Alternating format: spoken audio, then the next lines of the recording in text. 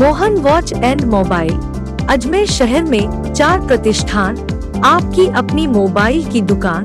Hello everyone, मैं Mohan watch and mobile पे आपका सभी का स्वागत करता हूँ। मेरी अजमेर में 4 दुकानें हैं। आप कहीं भी जाइए, आपको सभी जगह सेवा भरपूर मिलेगी। आ जाइए मोहन वॉच एंड मोबाइल पे, आपकी अपनी दुकान,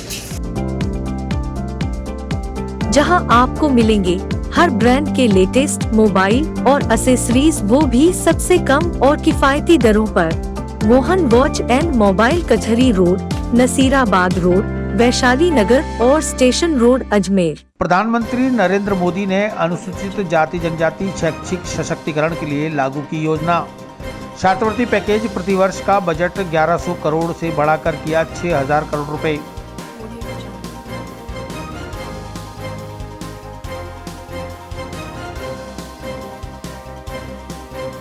अजमेर में बेकरी के बादशाह रियल बेकर्स, जहां आपको मिलेंगे best quality eggless cakes, pastries और सभी तरह के कन्फेक्शनरी आइटम्स।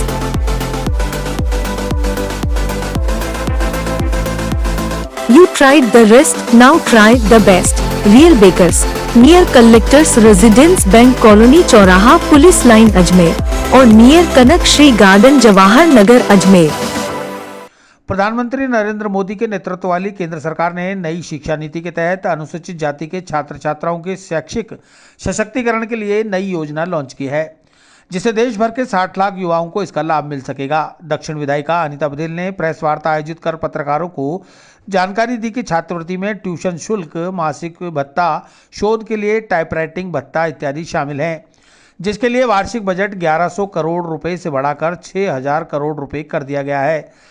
इस योजना में सबसे बड़ा परिवर्तन मोदी सरकार ने किया है कि अब केंद्र सरकार राज्य सरकारों से पढ़ने वाले तमाम युवाओं का डाटा लेकर सीधे उनके अकाउंट में छात्रवृत्ति ट्रांसफर करेगी, जिससे रियल टाइम में उन्हें पैसा मिल पाएगा। अगले 5 वर्षों में मोदी सरकार का लगभग 1.5 करोड़ गरीब छात्रों को छात्रवृत्ति देने का मानस है। नई शिक्षा नीति में सुधार के लिए पाठ्यक्रमों में गुणवत्तापूर्ण शिक्षा पर ध्यान केंद्रित किया जाएगा। गरीब परिवारों पर ध्यान केंद्रित करने से ड्रॉप आउट दरों को कम करने में मदद मिलेगी, साथ ही छात्रों को बिना किसी समस्या के अपनी शिक्षा पूरी करने में भी मदद मिलेगी। इस मौके पर भारतीय जनता पार्टी शहर जिला अध्यक्ष डॉक्टर प्रियशील हाड़ा सहित विभिन्न मंडलों के अध्यक्ष और भाजपा पदाधिकारी मौजूद रहे। एमडी मोबाइल सिटी आपके लिए लाया है भरोसेमंद मोबाइल रिपेयर सर्विस और शानदार मोबाइल एसेसरीज की नई रेंज। तो नए मोबाइल फोन खरीदने से पहले आइए एमडी मोबाइल सिटी पर, जहां हम आपके पुराने फोन को तैयार करके बना सकते हैं बिल्कुल नया। आपके शहर में मोबाइल रिपेयर सर्विसेज और मोबाइल एसेसरीज का एकमात्र विश्वसनीय संस्थान MD mobile city, Gandhi Bhavan के सामने, स्टेशन रोड, अजमेर। नरेंद्र मोदी जी के नेतृत्व वाली केंद्र सरकार ने युवाओं को शिक्षा से जोड़ने के लिए और विशेषकर गरीब परिवारों से आने वाले युवा युवतियां शिक्षा से वंचित ना रहे, इसके लिए छात्रवृत्ति के रूप में एक बहुत बड़े पैकेज की घोषणा की है। इस पैकेज के तहत अब प्रतिवर्ष केंद्र सरकार जो औसतन 1100 करोड़ रुपया देती थी, उसकी संख्या बढ़ाकर के उन्होंने 6000 करोड़ रुपए इस पैकेज की घोषणा की है।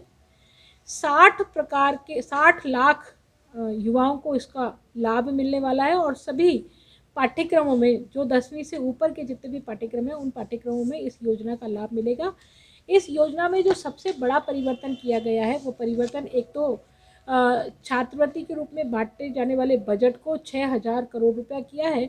दूसरी ओर अब केंद्र सरकार सीधे ही राज्य सरकारों से पढ़ने वाले बच्चों की डिटेल्स लेकर रियल टाइम में उनको जो केंद्रीय राज्यांश का जो 60% हिस्सा है छात्रवृत्ति का, वो सीधे उनके खातों में डालने वाली है।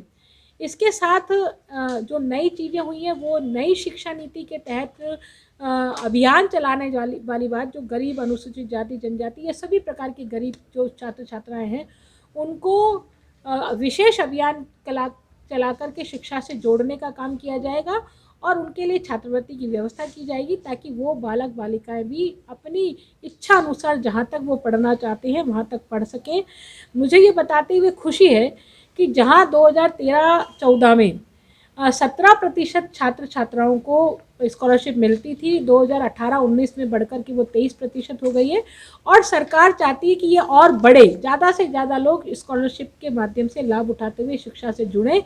तो सरकार इसमें अभियान के रूप में बच्चों को जोड़ने का काम करेगी। इसमें सभी प्रकार की ट्यूशन फीस से लेकर के थीसिस लिखने के लिए जो टाइपिंग की ज़रूरत होती है, जिसके लिए पैसे की ज़रूरत होती है, वो भी सरकार उस मद में भी सरकार छात्रवृत्ति के रूप में पैसे देने वाली है।